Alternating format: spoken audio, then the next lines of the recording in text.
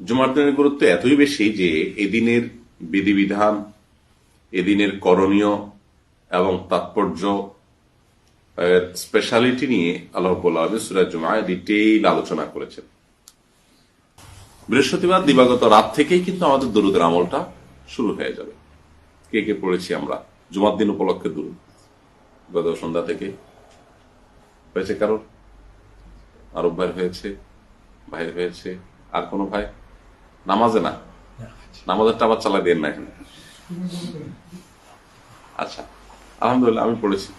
আমি সবসময় চেষ্টা করি বাচ্চাদের, ড্রাইভার সাহেবের, অফিসের, বাসার লোকজনের সবাইকে স্মরণ করার। আমরা এখন থেকে আমলটা চালু করে দেবো ইনশাআল্লাহ। এটা তো কোনো কষ্টের আমল না, তাই না ভাই? শুধু একটু জানার বিষয়। আমরা একটু জানলে, একটু সতর্ক থাকলেই করতে পারি। দুরূদ পাঠের সবচেয়ে বড় সিজন, সবচেয়ে গুরুত্বপূর্ণ মৌসুম হলো জুমার দিন, শুক্রবার। তাহলে বৃহস্পতিবার সন্ধ্যায় সূর্য ডোবার পর থেকে থেকে যখন একটু সুযোগ হবে দুরূদ পড়েন। রাতভর, দিনভর, যত বেশি সম্ভব দুরূদ পড়েন। তবে সংখ্যা বাড়াতে গিয়ে যেন কোয়ালিটি নষ্ট না হয়। খুব সুন্দর করে আল্লাহুম্মা সাল্লি আলা মুহাম্মাদ ওয়া আলা আলি মুহাম্মাদ কামা সাল্লাইতা আলা ইব্রাহিম ওয়া আলা আলি ইব্রাহিম ইন্নাকা হামিদুম মাজিদ। আল্লাহুম্মা বারিক আলা মুহাম্মাদ ওয়া আলা আলি মুহাম্মাদ কামা বারাকতা আলা ইব্রাহিম ওয়া আলা আলি ইব্রাহিম ইন্নাকা হামিদুম মাজিদ। বাস, এটা হলো সবচেয়ে বড় এবং সবচেয়ে শ্রেষ্ঠ দুরূদ। আপনি যদি সবচেয়ে ছোট দুরূদ পড়তে চান, সাল্লাল্লাহু আলাইহি সাল্লাম পড়েন, আল্লাহুম্মা সাল্লি আলা মুহাম্মাদ ওয়া আলা আলি মুহাম্মাদ, এটুকু পড়েন, এটুকু দুরূদ কমপ্লিট হয়ে যায়। কিন্তু সবচেয়ে শ্রেষ্ঠ হয়, সবচেয়ে উত্তম হয় হলো এই দুরূদ ইব্রাহিম পাঠ করলে। তাহলে প্রত্যেক জুমায় আমরা আমাদের পরিবারের সদস্যদেরকে স্মরণ করিয়ে দিব, নিজেরা করবো ইনশাআল্লাহ জুমার দিনে খুব বেশি বেশি দুরূদ।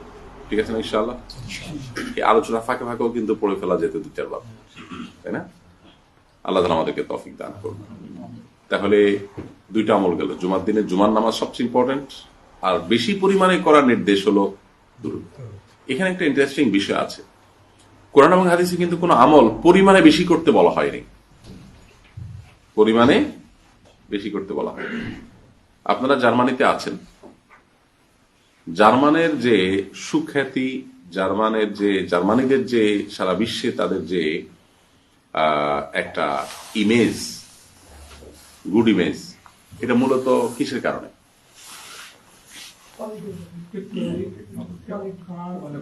মানে হিটলারের যত অপকর্ম আছে সব ছাপিয়ে গিয়ে তাদের যে সারা বিশ্বে অবস্থান, তাদের যে গুড ইমেজ, এটা মূলত কোয়ালিটির কারণে।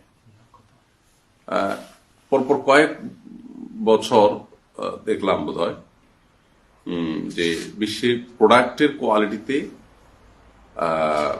মানে সবচেয়ে বেশি স্যাটিসফাইড এবং সবচেয়ে বেশি মানুষ যে দেশের প্রোডাক্টকে ভালো মনে করে, কোয়ালিটিফুল মনে করে, সেটা হলো জার্মানি। তো এটা নিয়ে বিভিন্ন আলোচনার বিষয় আছে, ইনশাআল্লাহ আমরা কথা বলবো একদিন।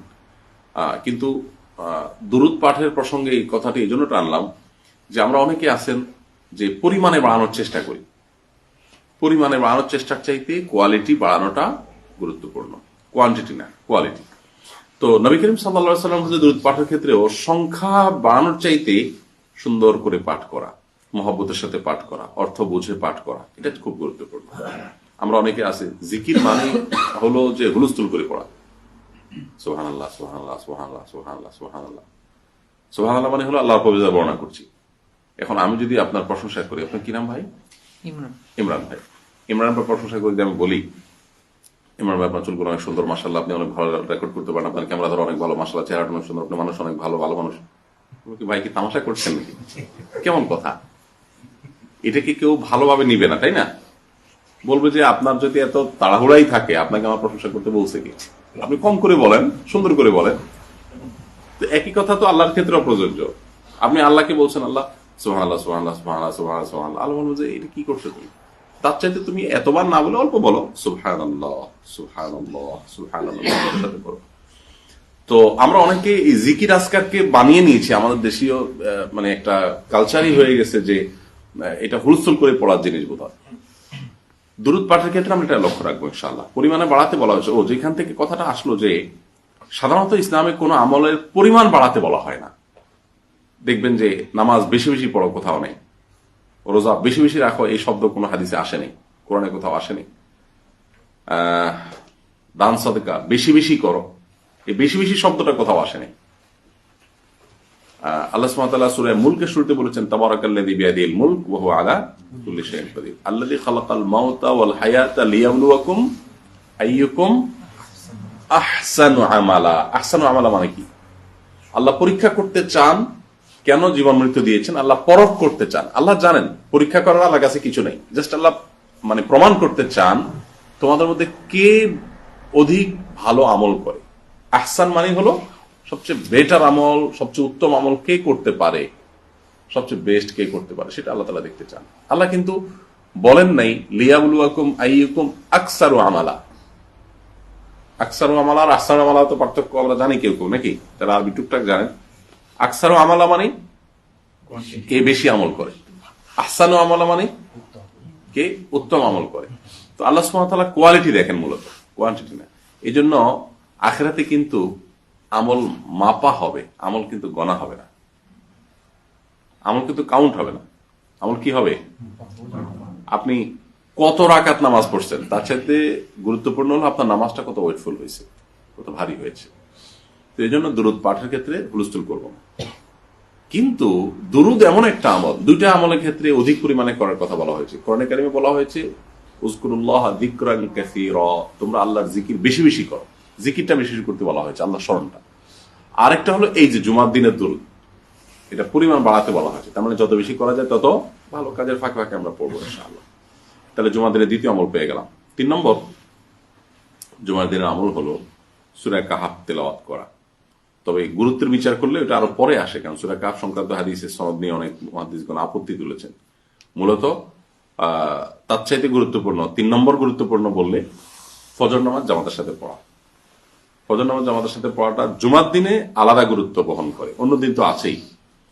কারণ নবী করিম সাল্লাল্লাহু আলাইহি ওয়াসাল্লাম বলেছেন আফদালুস সালাতি সালাতুল ফজরি ইয়াউমাল জুমআতি মাআল জামাআহ, সবচেয়ে উত্তম নামাজ হলো জুমার দিনে ফজর নামাজ জামাতের সাথে পড়া।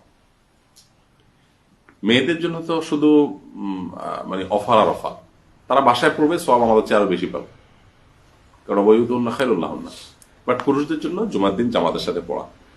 কারণ যদি মসজিদ দূরে থাকে, আপনারা বাড়ির মতো সিটি থাকেন, সবার বাসা থেকে মসজিদ কাছে না, তাহলে সে বাসায় অন্তত জামাতের সাথে যেন পড়ে, যদি পড়ে, কিন্তু মসজিদে পড়তে পারলে সবচেয়ে উত্তম। তাহলে 3 নম্বর আমল হলো জুমার দিন জামাতের সাথে নামাজ পড়া, ফজর নামাজ। কারণ এটা দুনিয়ার যে কোনো নামাজ চাইতে উত্তম, গুরুত্বপূর্ণ। জুমার দিনে স্পেশালি ফজর নামাজ জামাতের সাথে পড়া। নবী করিম সাল্লাল্লাহু আলাইহি ওয়াসাল্লাম জুমার দিন ফজর জামাতে অনেক লম্বা কেরাত পড়তেন, দীর্ঘ কেরাত। সূরা আলিফ লাম মিম সিজদা, সূরা দাহার 2 রাকাতে 2টা। মাঝে মধ্যে মক্কাতে মদিনাতে হারামাইনে ইমাম সাহেবরা পড়েন।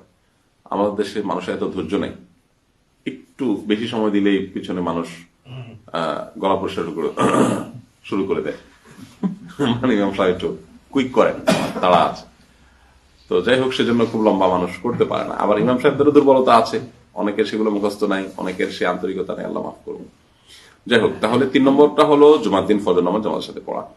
4 নম্বর আমল হলো জুমার দিনের আমরা জুমার দিন উপলক্ষে সূরা কাহফ তেলাওয়াত করব। এটাও ওই যে বৃহস্পতিবার সন্ধ্যা থেকে শুক্রবার সন্ধ্যা পর্যন্ত যে কোনো সময়ের মধ্যে পড়ে ফেললে। অনেকে শুনেন, শোনার কথা এখানে বলা হয়নি, হাদিসে তেলাওয়াত করতে বলা হচ্ছে। সো তেলাওয়াত করার চেষ্টা করতে হবে। হ্যাঁ, আপনি তেলাওয়াত করতে পারেন না, শিখে ফেলেন, আস্তে আস্তে এক সময় আপনি নিজে করবেন। আচ্ছা, এরপর আরেকটা আমল হলো জুমার দিনের ভালো করে গোসল করা, উত্তম পোশাক পরা, সুগন্ধি ব্যবহার করা, মিসওয়াক করা, এগুলো সবগুলো জুমার দিনের আমল। আর একটা স্পেশাল বিষয় হলো জুমার দিন একটা সময় দোয়া কবুল হয়। সে সময়টা কখন হাদিসে বলা হয়নি, এই জন্য বেশি বেশি করে চলতে ফিরতে উঠতে বসতে মনে মনে আল্লাহর কাছে দোয়া করা দরকার। বিশেষভাবে অনেক ওলামা ইকরাম বলেছেন আসর থেকে মাগরিব এই সময়টাতে দোয়া বেশি কবুল হয়। তো আল্লাহ আমাদের সবাইকে জুমার দিনের সব আমলগুলোকে প্রত্যেক সপ্তাহে গুরুত্বের সাথে করার তৌফিক দান করুন। জাযাকুল্লাহ খাইর। আপনাদের অনেকের ডিউটি আছে, লম্বা করলাম না, এখানে শেষ করছি ইনশাআল্লাহ। কারো কোনো কুইক প্রশ্ন থাকলে করে ফেলতে পারেন, ছোটখাটো কোনো প্রশ্ন থাকলে। আছে কোন প্রশ্ন? শোনা যায় যে জুমার 2 খুতবার মাঝখানে যখন ইমাম সাহেব বসেন তখন দোয়া করতে বলেন। হ্যাঁ, এটাও কোন কোন ওলামা ইকরাম বলেছেন যে 2 খুতবার মধ্যবর্তী সময়টা। হাদিসে স্পেসিফিক কিছু বলা হয়নি, হাদিসে বলা হয়েছে জুমার দিন একটা সময় দোয়া কবুল হয়। সে একটা সময় কখন, এটা নিয়ে স্কলারদের মধ্যে বিভিন্ন মত আছে। এখানে অনেকে বলেছেন 2 খুতবার মধ্যবর্তী সময়, কুইক মনে মনে কিছু চেয়ে ফেলা, কোনো আওয়াজ করা যাবে না আবার, কারণ খুতবা চলাকালীন সময় কোনো আওয়াজ করা যায় না। জি। আমার একটা কোশ্চেন হচ্ছে যে যখন প্রায় খুতবার শেষে অথবা খুতবার মাঝখানে সম্মিলিতভাবে দোয়া করে বিভিন্ন মসজিদে, তো ওই সময়ে সম্মিলিত দোয়ায় শামিল হওয়াটা যাবে নাকি দুই খুতবার মাঝখানে সম্মিলিত দোয়া করে না খুতবার শেষে? খুতবার শেষে? আচ্ছা, খুতবার শেষে ইমাম সাহেবের উপর কর্তব্য হলো তিনি দোয়া করবেন, গোটা মুসলিম মিল্লাতের জন্য দোয়া করবেন। বাট সে দোয়া সবাইকে হাত তুলতে বলা হয় নাই, জোরে জোরে আমিনে বলতে বলা হয়নি। আমিন বললে মনে মনে বলবে। অনেকে একসাথে হাত তুলে দোয়া করেন, এমনকি মক্কা মদিনাতেও অনেকে করেন, সেখানে ইমামরা নিষেধ করেন, তারপরও মানুষ শুনে না যে ইমাম সাহেব যদি দোয়া করছে সাথে আমি দোয়া করি। আমার দেশে দোয়া মানে একটা ট্র্যাডিশন, সোজা কথা। দোয়া মানে একজন হুজুর লাগবে, তিনি করবেন, আমার সাথে আমিন আমিন বলবো। দোয়াটা তো আসলে পার্সোনাল আমল, প্রত্যেকে যার যার মতো আল্লাহর কাছে করবে। বিশেষ কিছু ক্ষেত্রে সম্মিলিত দোয়ার কথা হাদিসে বলা হয়েছে। জুমার পরে খুতবাতে ইমাম সাহেব দোয়া করবেন, মুসল্লি যেহেতু দোয়া শুনছেন সেই হিসাবে তিনি মনে মনে আমিন আমিন বলে তার সাথে সামিল হবেন, কিন্তু উচ্চস্বরে আমিন বলবেন না। কারণ হাদিসের স্পষ্ট বক্তব্য আছে, ইদা খারাজ আল ইমাম ফালা সালাত ওয়ালা কালাম।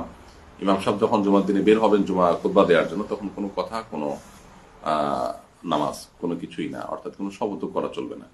সো মনে মনে আমিন আমিন বলবে।